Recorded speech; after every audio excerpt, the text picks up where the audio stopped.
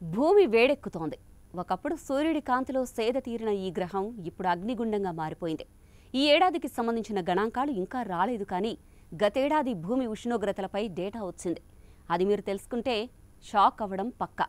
2024 సంవత్సరం భూమి చరిత్రలో అత్యంత హాటెస్ట్ ఇయర్ అంట. అవును, 1,25,000 తర్వాత ఇంతటి భయంకరమైన వేడిని మళ్లీ మనం చూసాం. ఆకాశం వేడెక్కింది, సముద్రాలు మరిగాయి, మంచు పర్వతాలు కన్నీళ్లు కార్చాయి.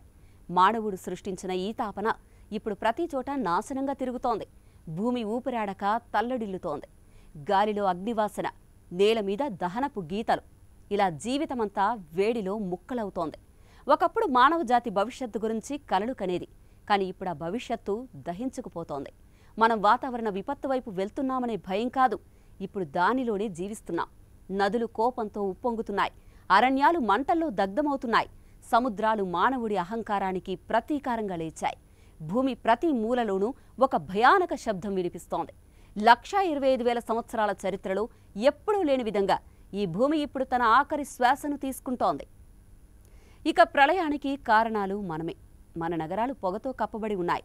ఫ్యాక్టరీలు నల్లని మేఘాల్లా ఆకాశంలో విషవాయువులు వదులుతూ ఉంటే, ఇటు అడవులు మంటల్లో కరిగిపోతున్నాయి. భూమి గుండె మన దాహానికి తట్టుకోలేక చీలిపోతోంది. ఫాజిల్ ఇంధనాలు, పెట్రోలు, బొగ్గు, గ్యాస్ లాంటివి మన సమాధికి కారణమవుతున్నాయి. మనం పెంచిన యంత్రాలు ఇప్పుడు భూమిని మింగేస్తుంటే, ఇటు ప్రకృతి తన బ్యాలెన్స్ను కోల్పోయింది. ఇటు ఇండియా కూడా ఈ తాపన దెబ్బకు తీవ్రంగా తల్లడిల్లుతోంది. 2025 ప్రారంభం నుంచి 87 రోజుల పాటు విపత్తే కనిపించింది. ఒకరోజు కరువు, మరుసటి రోజు వరద, మరో రోజు తుఫాను. మరోవైపు హిమాచల్ ప్రదేశ్లో యాపిల్ తోటలు ఎండిపోవడంతో రైతుల ఆశలు బూడిదయ్యాయి.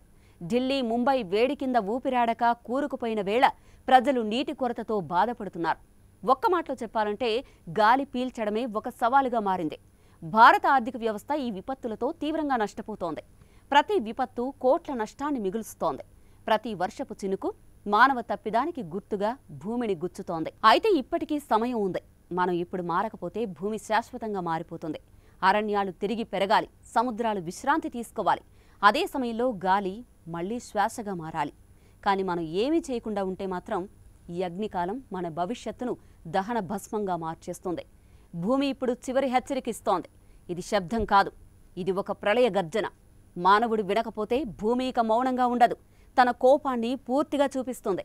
ఈ వేడి భూమి అంతం కాదు, కానీ మనం మార్చుకోకపోతే ఇది మనం అంతం అవుతుంది. ఇది మన జాతి చరిత్రలో చివరి అంకము కావచ్చు. ఎందుకంటే 1,25,000 సంవత్సరాల సమతుల్యత ఒక్క సంవత్సరంలో దగ్ధమవడం చిన్న విషయం కాదండి. మీరే ఆలోచించండి. మీ అభిప్రాయాన్ని కామెంట్ చేయండి.